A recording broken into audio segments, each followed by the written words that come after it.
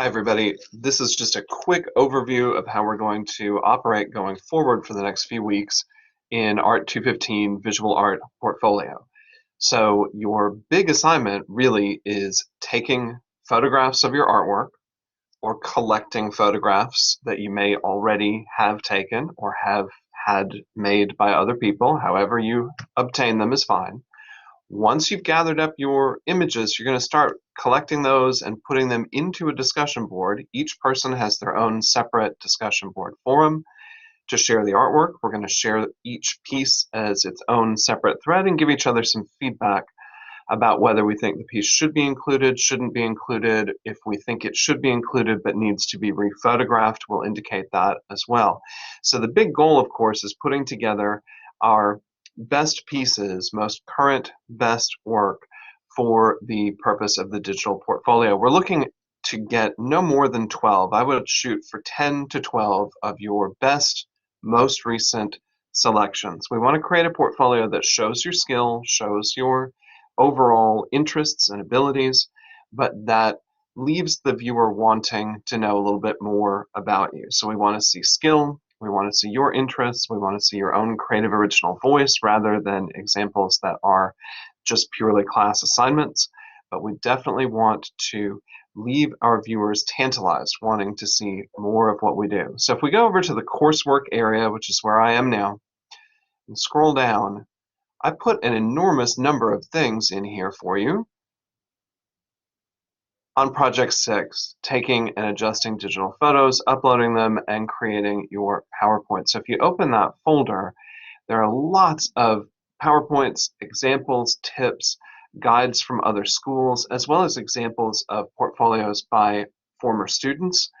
There are a lot of videos as well. This first video really, I think, is one of the better ones for people who are shooting two-dimensional artwork, whether that's drawings, prints, paintings. In this video, he shows you a setup in a formal studio that has really professional lights and tripods and a setup that's more like an art school. But right around 6 minutes, 52 seconds, he switches over and shows you how to get the same results with a cheap point and shoot camera, not even using a tripod, using a stack of books on a chair, lamps with two different types of light bulbs, and he's still able to make it work. So this video is really, really going to be helpful for you. For those of you doing three-dimensional works, this is also a good one. There's a great example here for making your own light box for photographing small-scale three-dimensional work. So if you have jewelry or small-scale sculpture or ceramics, this is a really good way of taking professional photographs, doing it in a cheap and effective way. So those videos are really quite helpful for you. Another example that's really good, this particular guide from University of Colorado at Boulder really does give you a lot of information that I think would be really quite useful to everyone. So if you take a look at this, you can see it's telling you exactly how to set up the artwork, how to set up your lights, working with your camera settings, recommending the essentially speed, film speed, we used to call it the ISO, your f-stops, your apertures, as well as the use of a gray card to create the correct color balance. So it gives you all your tips in a really quick, easy to read format. I've also summarized that for you with a couple of PowerPoints. Here, this artwork and camera setup really goes over the basics that you're going to need for your digital photography. It talks about the concept of what we used to call film speed, what we refer to as your f-stops, your apertures, how to deal with the internal light meter, setting your shutter speed. So ultimately, it gives you all of the information kind of summarized here. You want to set a fairly large aperture for 3D work, a medium aperture for two-dimensional work. Yet let the internal light meter help you determine your proper shutter speed, but I would load your ISO somewhere around 100. So the way that we're going to start loading the work is here. So on the discussion board, and again, this is going to be true whether you took your own photographs, whether you had them taken by somebody else, whether you are in the process of taking photos of new work or you're collecting up photographs of older work that other people have provided you with. You'll scroll down and find yourself. Everybody has their own separate discussion forum, just your first name. These are all alphabetical. So there's Karen Moody, she's in the M's. But I put an example in for myself so I can play with that for you today. So I'll click there, and right now there's nothing in it, but I'm going to start loading some images. I'm going to go to Create Thread.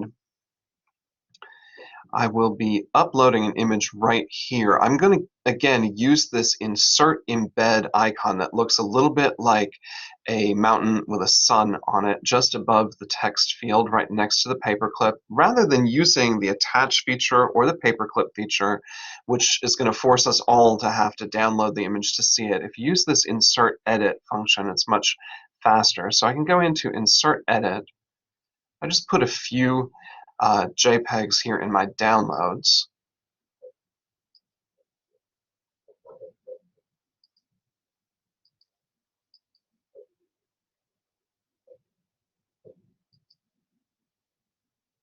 Okay, so I'll put in this piece first.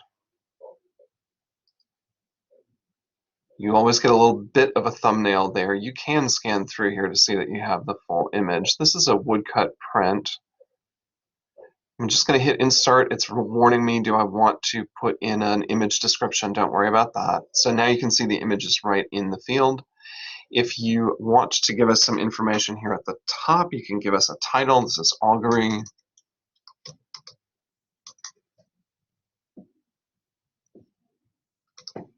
It's a woodcut on fabric.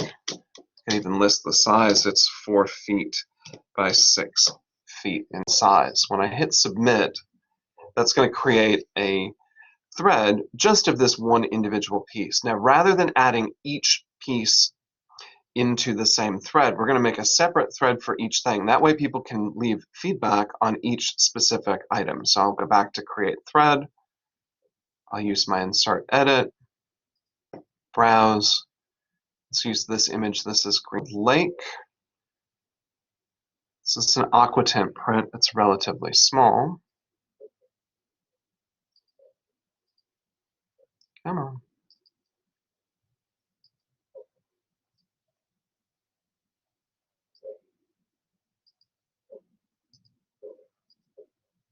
There we go.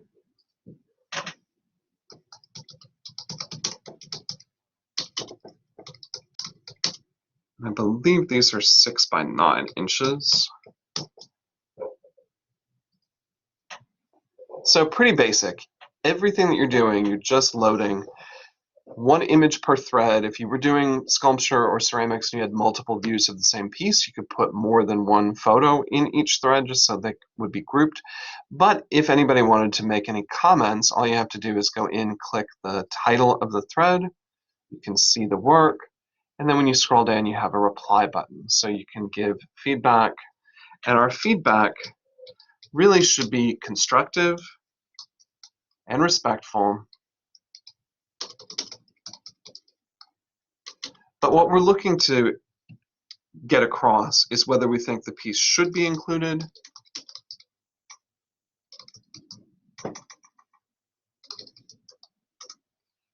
if we don't think it should be included,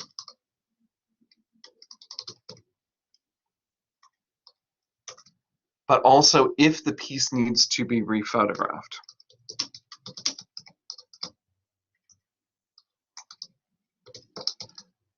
You might have a shadow in the image, or it might be crooked. You can give some advice about taking a better shot.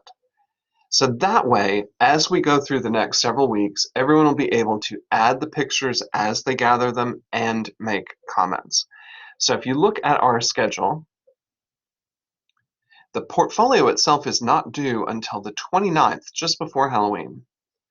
But in the meantime, each Thursday, the 8th, that's this week, next week the 15th, and the week after on the 22nd, I do want you to go in and make a simple post explaining what it was you accomplished each week. So let me show you where those will go. Here's the discussion board.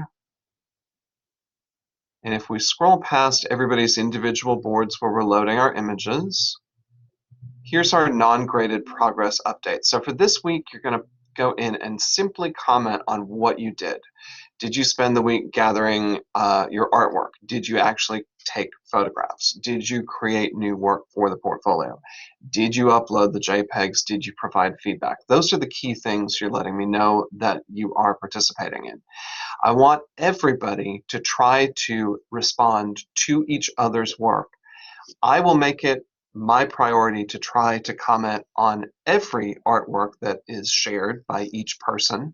I'm not expecting all of you to comment on every single piece, but do make an effort to look at one another's work and provide some helpful suggestions. So that's what we're doing for the next several weeks. You will just continually, week after week, add images and make comments on other people's works. At Thursdays on the 8th, the 15th, and the 22nd, you will need to go in here. This is not for a grade, but it lets me know what you were up to, what you were doing for each of these 3 weeks, so I can record my online attendance. When we are ready to put the portfolios together, you can see here, I will put all the portfolios into a public discussion board here after I have edited them so that you can see my suggestions.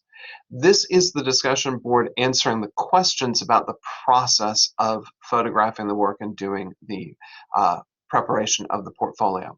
When it comes time to submit your portfolio, though, and again, that's not till the 29th, under coursework, this is project 6, it's a big one.